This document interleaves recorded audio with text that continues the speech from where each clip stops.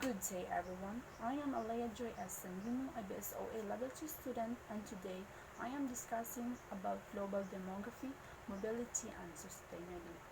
So first, let's discuss what is global demography. Global demography refers to the study of population dynamics and characteristics on a worldwide scale. Example would be the study of the aging population trend worldwide. This involves analyzing data on the increasing proportion of elderly individuals in many countries. So next, what is global mobility?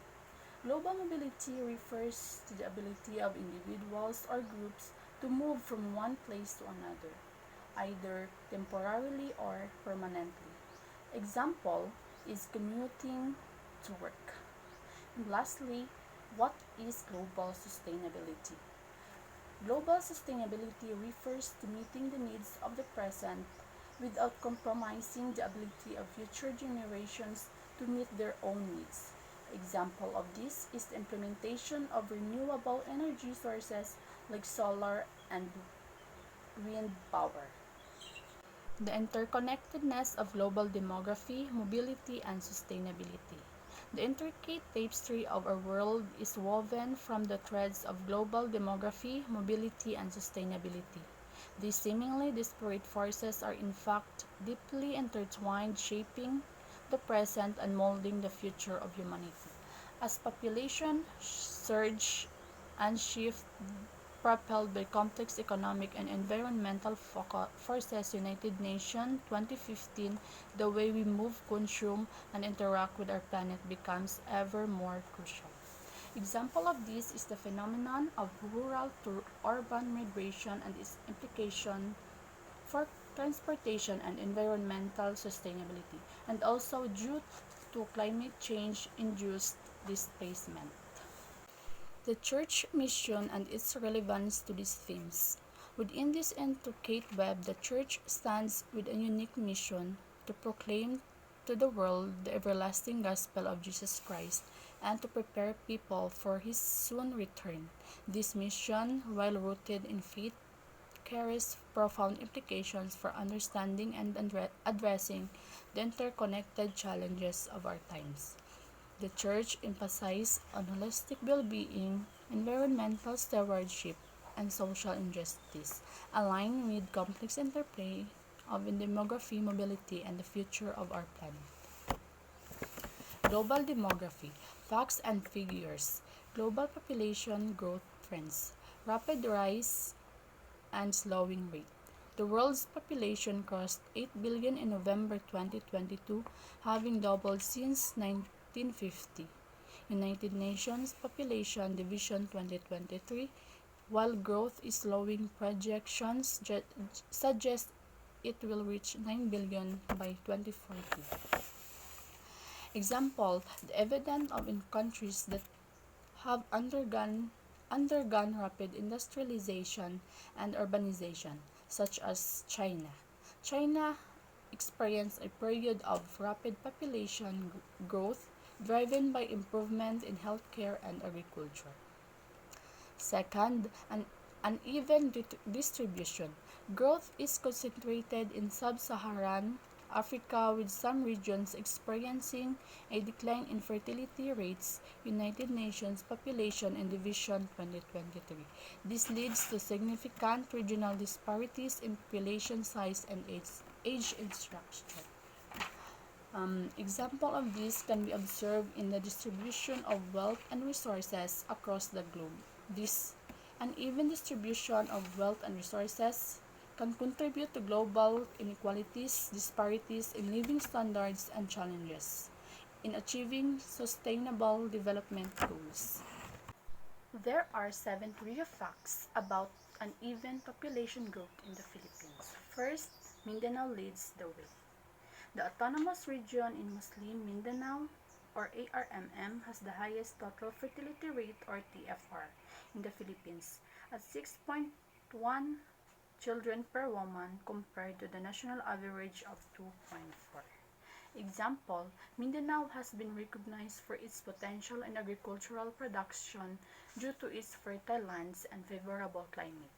If Mindanao leads the way in agricultural innovation and productivity, it could mean that the region is pioneering sustainable farming practices, introducing advanced technologies, or implementing effective policies to boost agricultural output while preserving the environment.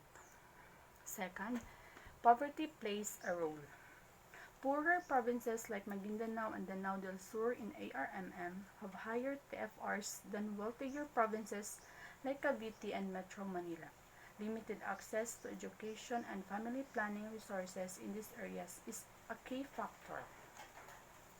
Example, addressing poverty requires holistic approaches that prioritize access to education as a fundamental right.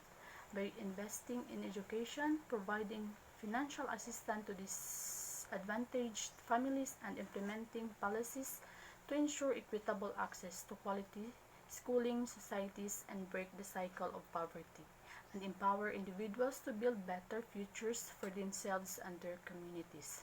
Third, youth bulge in the South.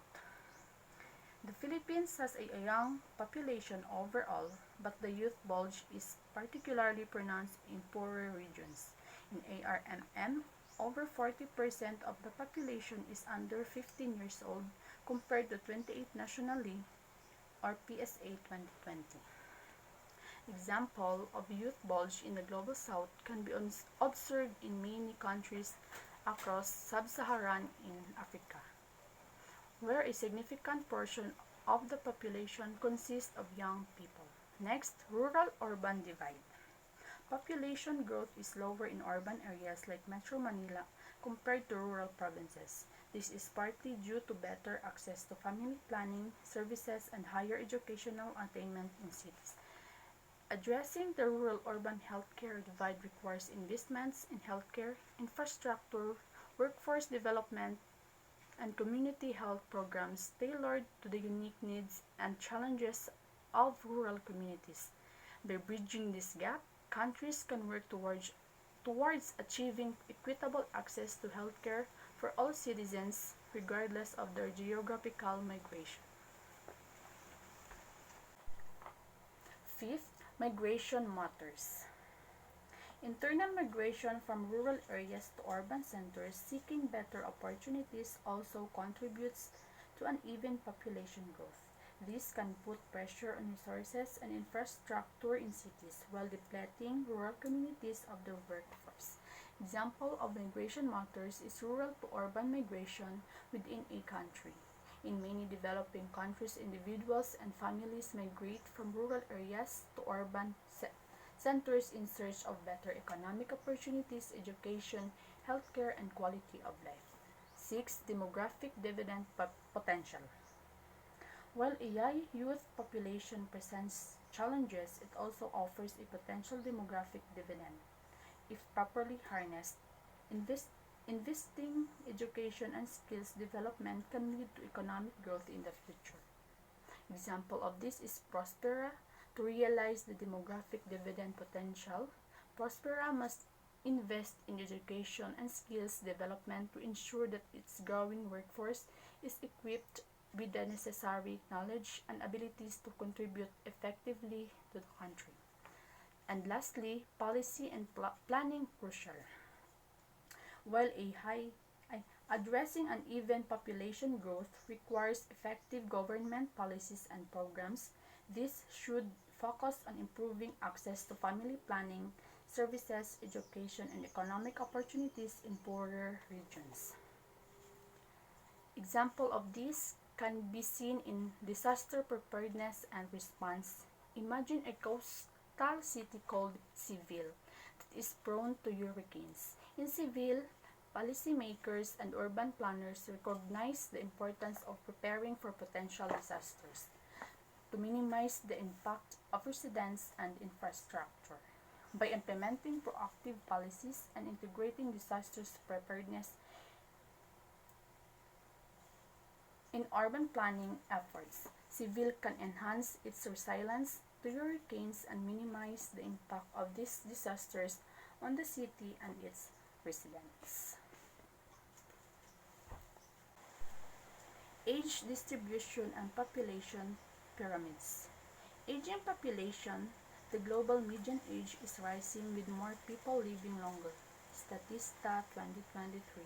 This is reflected in population pyramids which show a narrowing base and widening top, indicating a growing proportion of older individuals. Example of aging population can be observed in Japan. Japan is one of the most rapidly aging societies, with a significant proportion of its population aged 65 and older. And that's the end of my reporting. Thank you for listening and God bless us all.